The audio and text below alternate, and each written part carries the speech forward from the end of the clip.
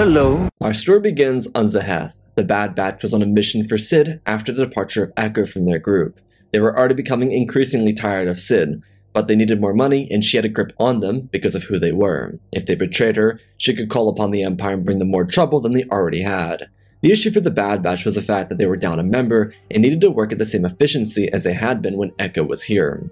For soldiers, it was easier to adjust. They had done so when they lost Crosshair, and they would do the same here. But with Omega, it was difficult. She didn't want Echo to leave because they were siblings. She had an attachment to him, just as she did the rest of Clone Force 99. She wished that Echo would come back, but he was on his own mission and she was learning to accept that. Hunter was the most caring towards the situation, but it was clear, especially to Omega, that there was tension rising in the ranks of her brothers. They were all on edge. Maybe Omega missed something, but they were just a little more tense than they would have been otherwise. It was for a number of reasons, and Echo's departure was one of them, but the galaxy was becoming more stressful to live in. The Imperial banner was being raised across the galaxy, and they had to navigate swiftly and quietly to avoid detection and avoid being killed in the process. The current mission to Zaheth was really a simple one, and the travesty of the situation is, they were doing it for a couple days worth of rations. That's what it boiled down to at this point. They were doing entire missions just to eat. Hunter and the other adults of the group were able to keep the knowledge of this a secret, because they didn't want Omega to know how desperate the situation had become. She would have been understanding and they knew that, but there was no reason to put that pressure onto her. As per their instructions for the mission, they were delivering a shipment of whatever to Zygerians. They were doing some galactic expansion in the area, and because the Empire wasn't here, it'd be safe for them. The Zygerians were working strenuously to compete with the new criminal empire called Crimson Dawn, but it was becoming increasingly difficult for them. Maul's new empire was spanning the Outer Rim, and the Zygerians were grumbling, especially after what was Republic interference during the war. Hunter, Tech, Omega, and Wrecker moved through the streets of the city. They kept their eyes peeled for any signs of trouble, but saw none. Instead of getting in their heads about potential enemies, they were trying to find the buyers. The Zygerians were tough to deal with, and they certainly wouldn't take kindly to clones. The Bad Batch moved quickly, and then they came to a corner of a building where they could hear a commotion. Hunter peeked around the corner and saw a couple of bounty hunters firing away at the Zygerians. They were in a shootout. Something Hunter noticed was the pistols being used by the smaller bounty hunter. They were Westar 34s, which were odd for just about anyone to come by. Hunter kept a close eye on all of them, and watched what seemed to be a young Mandalorian go toe-to-toe with the Zygerians. He was the last one through the streets, and instead of getting into the ship, he was clipped in the back of the armor. He lost his balance and fell to the ground. His father's helmet was still a bit loose on him, and so as he dropped, it fell off of his head. Boba turned back, and Tech immediately noticed that it was a clone. Hunter asked if he was a clone cadet, and Tech identified that he couldn't be. Clone cadets, while being able to be that age, had specific markings that made them slightly different from the original host. Tech's goggles zoomed in, and he was able to see that there was potential for the boy to be the original model for the Jango-fed genome, or in other words, Omega's twin sibling. Hunter and Wrecker looked back to Omega, who was just as confused. She knew that she and Alpha were one of the same, the only difference being the flipping of a chromosome, at least from a cloner's perspective. Omega never had any interactions with the boy who called himself Boba Fett, and she was the most curious out of the group of clones to see who it was. Seeing that Boba was getting shot at, she demanded that they help. They were reluctant, because they were supposed to be making money from the Zygerians, but because Boba was struggling, she decided to make the first decision. She pulled her bow out and turned the corner, opening fire and clipping a Zygerian guard. Hunter pulled her back around the corner and told her to stop, but it was too late. Boba saw that he had allies and got to his feet, grabbing his father's helmet and running into cover. Omega and the other Bad Batch members moved out to cover him. Hunter was reluctant, but Omega made the move. There was no going back from that. Once Boba got to their side, they started running. Due to the chaos, Wrecker tripped over his own feet by hitting Tech. The supplies that they had were thrown from their hands and the box opened up, throwing the internal pieces across the street. Hunter looked down and he couldn't believe his eyes. Sid was selling the Zygerian chains for their slave empire. She had extra supplies around her part of town and figured she'd make a quick buck.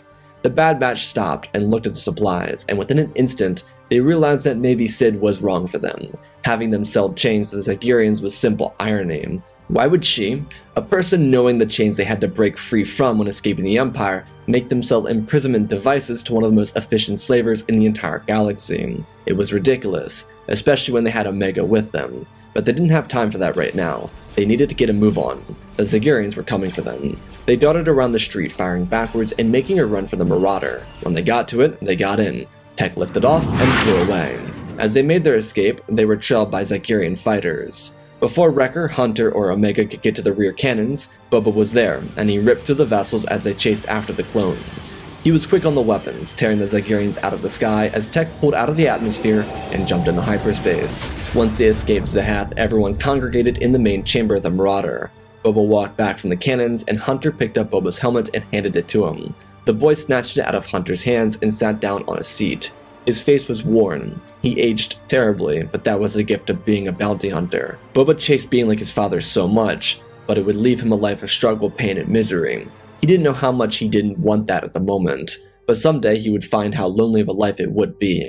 Tech was the first one to say anything as he asked the kid if he was Unit A0050, and Boba looked up with anger on his face. He asked the clone if they still referred to each other by their chain codes, and Tech shook his head, then said that perhaps he'd prefer to be referred to as Alpha. Boba rolled his eyes and told Tech that his name was Boba Fett. Omega could see the tension. Boba didn't want to be here.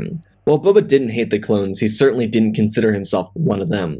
Unlike the Bad Batch, he didn't have genetic mutations. He had no accelerated age, he had no inhibitor chips, and especially, with the Bad Batch, he had no heightened skills due to genetics.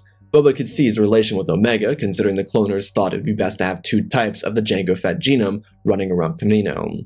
It was just complicated when Boba disappeared after the Battle of Geonosis, for the Kaminoans at least. Boba put up a barrier that screamed, "Stay away," and the clones could all see that. None of them wanted this to be taken to a point of hostility, but they were trying to help. Hunter asked Boba where his ship was, and they would drop him off where it was so he could leave. He gritted his teeth and told them that his ship was just stolen from him by those bounty hunters. Boba was mostly irritated because of that, but being stuck around a bunch of his father's clones wasn't really helping him much either. Omega got up in the seat next to him and asked him if he was doing alright. He didn't really have a response to this, and told her that he just wanted to be dropped off so he could find a means of getting his father's ship back.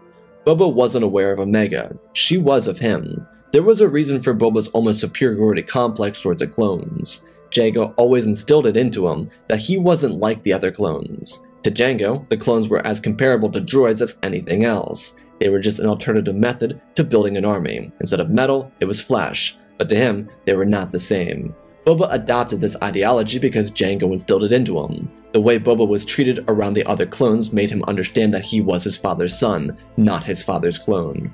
Boba would regard Omega as the same, even though she was pretty much his twin. They were quiet for a good part of the journey through hyperspace until Omega was able to get some conversation out of him. He made it clear that he wanted to be dropped off, but he finally unveiled why he was hellbent on getting the ship back. It was his father's. The Bad Batch wasn't expecting undying loyalty from Boba, but a simple thanks would have been nice. As they returned to Ord Mantell, the Bad Batch told Boba that he could probably find some work with Sid. She was inside one of the local cantinas. Once they got inside, he could go wherever he wanted. The 5 clones made their way across the city without saying much of anything. Boba, before the door opened, thanked them for the ride. He expressed that he didn't care for all clones that much, but he had to learn to be an adult enough to be thankful. He was grateful that they saved him on Zahath. When they opened the door, they saw a couple Zygerians holding Sid hostage. She was furious that she'd been double-crossed, but Hunter took the stand. They didn't double-cross her. He told her that she was in the wrong for making them sell those type of products to the Zygerians. They escaped the clutches of the Empire, and she wanted to support the rebirth of a slave empire. For all they could care, she was a goner. Sid tried to get her way out of it by bartering, but the Zygerians were much less favorable than Roland Durand and his family. She realized that perhaps she double-crossed someone for the last time. Omega was the only one willing to see past it, and hoped that there was something better within Sid, but Hunter pushed her back. This was for 2 reasons. Something was about to go down, and they definitely were not sticking their necks out for her again. The Zygerians were going to use her as leverage, but she had turned the clones against her. So, instead of getting their way with the clones, they executed Sid. Boba immediately pulled his pistols out. He didn't have as quick of a draw as his father or Cat Bane, but he was much faster than most in the galaxy. He pulled his pistols and fired away. The clones did too. The Zygerians dropped to the ground. Thanks to the loud commotion, more of them came in from the back. Tech and Omega jumped over the counter, while Hunter and Wrecker slammed a table down and used it as cover. Simply due to not working with Boba, they didn't notice how he vanished. The clones were able to cut down the Zygerians before making an escape back to the Marauder. When they arrived, they found Boba inside the cockpit. The little goober was trying to steal their ship. When he turned around, he raised his weapons, but Wrecker ripped Boba out of his seat and held him up in the air. He demanded to know why Boba was so insistent on betraying his brothers and sister. Boba tried to escape, but Wrecker's grip was firm, and Hunter told the boy that they may have not been his brothers per se, or even from his perspective, but Omega 100% was his sister. He didn't understand, but it was true. Tech hopped into the seat and lifted off. He then tried to get in contact with Fee to see if she had anywhere for them to go. Wrecker put Boba down after he stopped squirming and negotiated his terms of surrender. Boba turned back towards Omega and asked her what they meant when they said they were siblings. She told him that the Kaminoans decided they wanted an unaltered clone for themselves. They were never allowed to interact with each other, likely for the purpose of secrecy from Jango, but they were twins in every single way. He talked to her as if Hunter and Tech and Wrecker weren't around them, and asked why she spent her time with this measly bunch, and she told him because they were her brothers. He refuted that, expressing that if she was just like him, then they weren't siblings with those genetic mutations. She was honestly disgusted by his rhetoric, but she couldn't blame him either. She knew more about Alpha than pretty much any other clone aside from the Bad Batch. She felt for him, and told him that even though he rejected it, she would like the opportunity to make him feel like he had a place here with them. If he wanted it, that is. The others in the group weren't against it, but they never thought Boba would be in for it, so it didn't really matter. While this was going on, Fee invited the clones to Pabu. It was a place where they could lay low for a little. Omega told Boba that he might feel disinclined to join them, but she said that she knew the bounty hunting life wouldn't be easy for him. He asked her how she knew that, and she simply told him that she studied Jango extensively with Nala Se. She told her everything there was to know about the donator of the clone trooper genome. Boba's temper dissipated, and then he settled down. He couldn't go anywhere, and without a ship, he'd be stuck, so why not wait until they got to Pabu to do anything reckless? Wrecker, Omega, and Boba were the only ones talking to each other throughout the duration through hyperspace. Hunter and Tech were in the front strategizing on how they would make it out of the situation. It'd be difficult, but they could make it work. Boba was actually coming around to Wrecker, the other two not so much. But Wrecker had this childlike innocence that was easier for Boba to handle. Aside from bounty hunters, Boba had very little interaction with adults that he could trust, so someone like Wrecker was easier for him to handle, and he actually kind of had a mutual respect for Omega, simply due to her being his legitimate sister. Boba never had much of an inclination to be concerned about the other clones like Kamino. He usually frequented with Tan Wei, but she was killed on Boravio by Fennec Shan. Boba knew of Fennec, but he was much more familiar with Cad Bane, considering he and his father were relatively close with each other. Regardless, by the time they got to Pabu, Boba had opened up a little.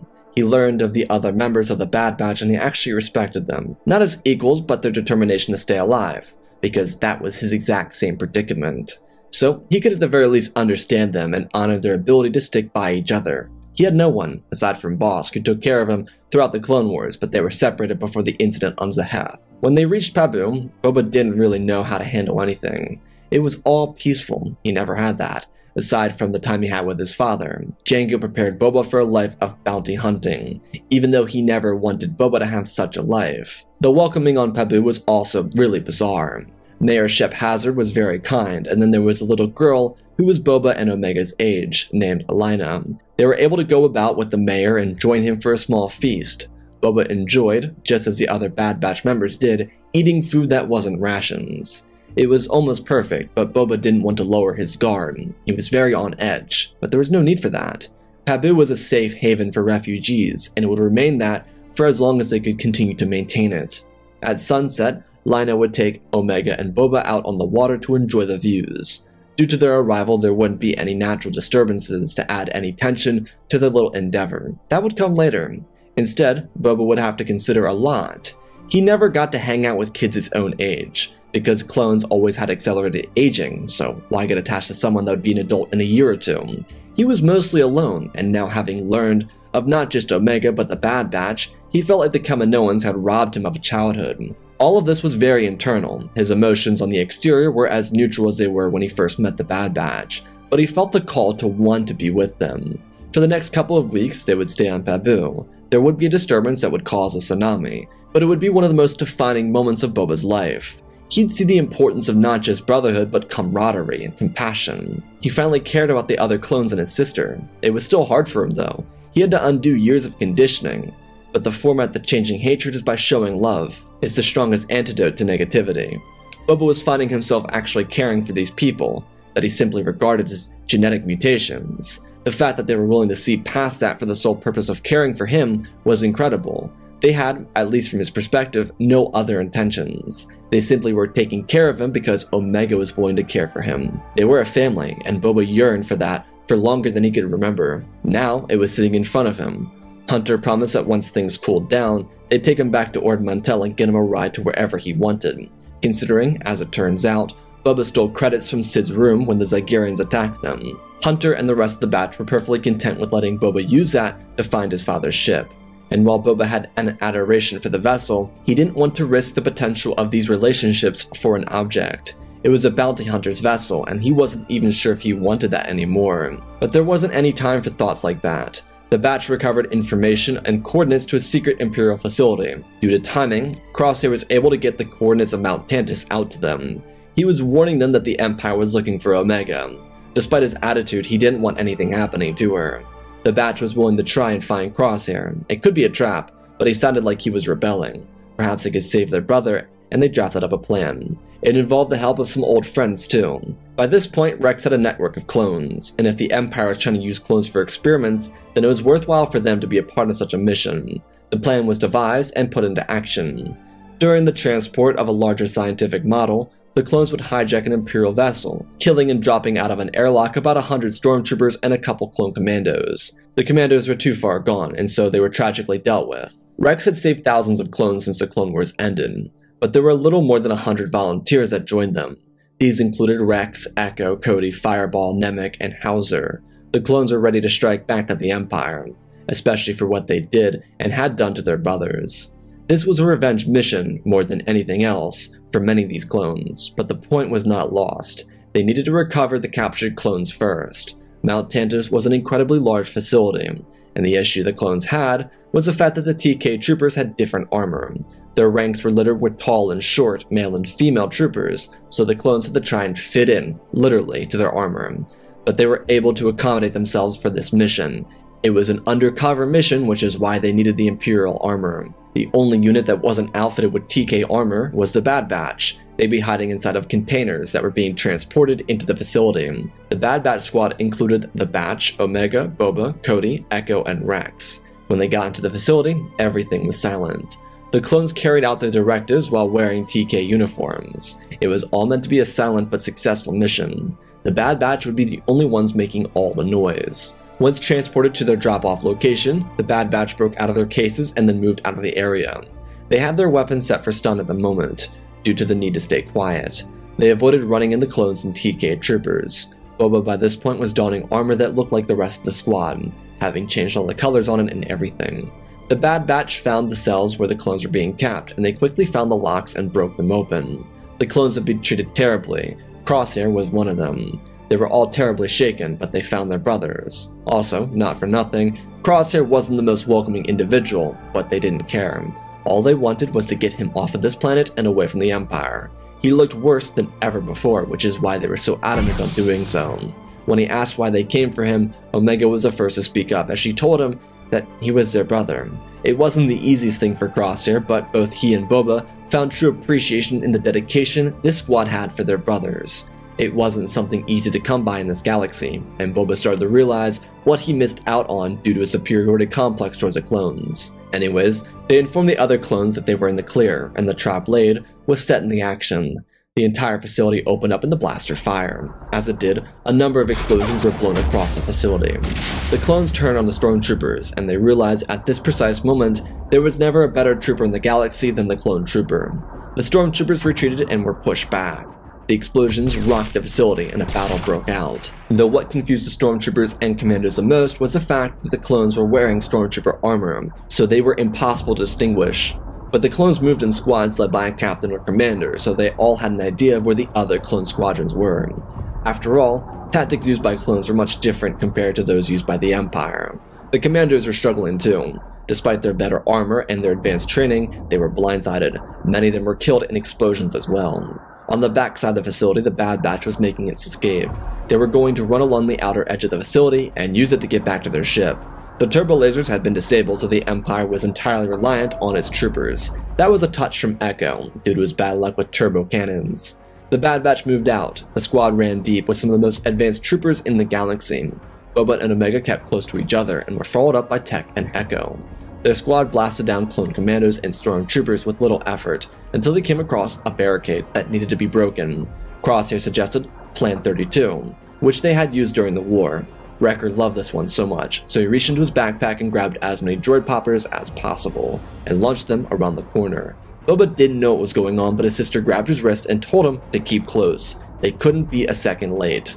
Once the poppers exploded, they ran out from behind cover, and Wrecker charged the barricade. If they didn't get past the barricade, they'd be trapped. The massive clone slammed his body against the middle and it caved in, crushing Scorch under a massive piece of metal.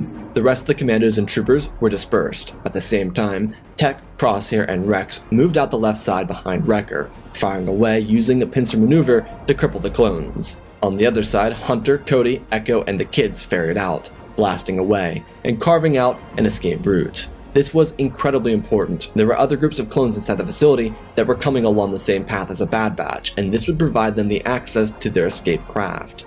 The Empire couldn't lose a facility, and so Dr. Hemlock, inside the control room, released everything he could. Any experiment that was considered deadly was sent out to hunt down the clones. It was a harrowing experience, but the clones worked with each other, eventually rounding up. Before they could get to their ship, the troopers in the control room were able to get the turbo lasers turned on. This would be troublesome, but for the wrong side. The clones saw the weapons powered up, and eventually entered them.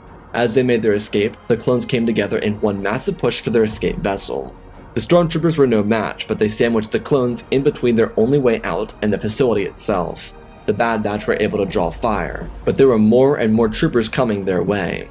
The clones needed to act quickly. Just as they did, a clone shoved Boba out of the way, saving him from a rocket that completely decimated the clone trooper. It was a sacrifice, one that Boba never thought the clones capable of, at least not for saving someone like him. All the troopers fought together. This was their final stand against the Empire, one that would bring an end to the Emperor. If they could escape, then it could be done right. But there were more troopers coming, and because of the blockade around the vessel, they couldn't get to it. Thanks to a couple crafty clones from one of the siege divisions, they were able to scale the outer wall of the facility and steal the turbo lasers. This would be the defining moment of their escape. They opened fire on the stormtroopers and blew them all to hell. The clones made a push for their vessel, getting all the injured and experimented clones inside before the able-bodied clones got themselves in too. The turbo laser troopers blasted the entire facility as best as they could before getting inside the ship. As it flew away, Wrecker was given the detonation device, and he triggered it, sending Mount Tantus into a massive explosion, destroying every piece of equipment, killing every trooper and scientist, and leveling the entire mountain. All the clones would return to Paboom. Some of them decided to end their fight there, and many more ready to return to the front lines of combat for their brothers. Echo would say goodbye to the Bad Batch again, as he would join Rex and the others on their fight against the Empire. Boba would be jittery with excitement for the success of their mission, and he believed he finally found a home, especially since he and Wrecker enjoyed blowing up Tantus so much. The dynamic with Crosshair would be difficult to manage for the Bad Batch, but the family reunion would be one of joy and peace. The happy part would come later, but for now, they wanted to just enjoy the company of each other. Boba would have time with Omega to thank her for being the best family he'd had in a long time. She was the one who gave him a home with the Bad Batch, and he'd be eternally grateful for it. Despite how antsy he was to go out into the galaxy, he would find peace here on Paboom. Tech and Fee would also find their own joy, having their own marriage in a couple years after the Tantus incident. Their child would be a musical mastermind and a genius. Despite the Bad Batch calling it quits on the war, the effect of their work would be generational, just not seen within their own lifetimes. Omega and Boba would see it though, each of them growing up before Tech, Wrecker, Hunter, and Crosshair's eyes. Omega would find her own spouse and Boba would be content with his childhood crush, the one he found when he first arrived on Paboom, eventually marrying Lana Hazard. The Tantus incident didn't become relevant until after the Battle of Endor.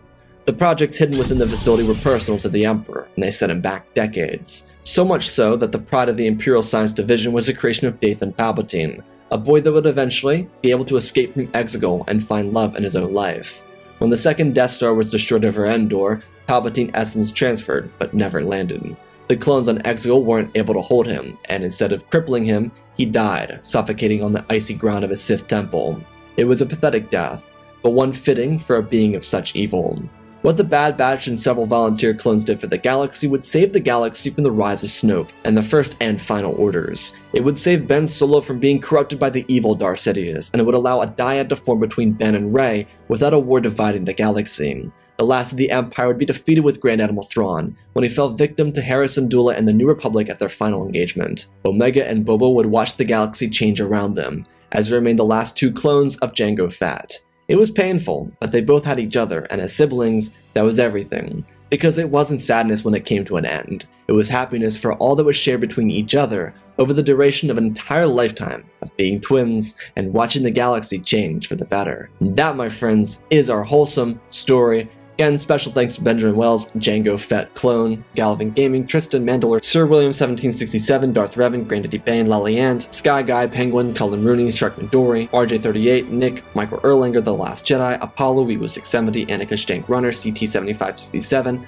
Toaster Oven, Oz of Oz, Darth Nox, The Eternal Padawan, Joshua Tem, Johnny DeGuin, Sith Skeleton, Jedi Sloth, Mr. Yeet Gamer, Lord Cali, Gunley66, Mammoth Studios, Anakin003, Lord Draken, Force League Star Wars, Airbus, Rex Wolf, Man 3 First Names, Dark Saint 46, Baron Joshua, and Denwing for supporting the channel. If you want to support me otherwise, go check out the Patreon. Grand tiers and massive tier are getting early access to videos. Otherwise, let's talk about this story. So it was really hard to kind of figure out how I wanted to do this one, but I felt like the tension between Boba and the other clones would be really interesting to focus on. I also wanted there to be an effect of the story, and I wasn't sure how to do that for the longest time, but I figured that if they destroyed Tantus, it could possibly set back everything. This isn't spoiler or anything, Tantus is important, it's just shown to be important, so I figured using that as like a crutch for them having an effect on the galaxy, but not being able to see the effect that it has, like almost in a way referencing quotes from Andor, you know, sacrificing my life for a sunrise I'll never see type of thing. That kind of effect that not just the clones but the Bad Batch had, and then Boba and Omega actually being able to have a full life as people instead of being soldiers or bounty hunters. And so that was kind of the emphasis of like the idea of the story. So I hope you all enjoyed. I love you all, spread the love, and always remember, my friends, may the Force be with you.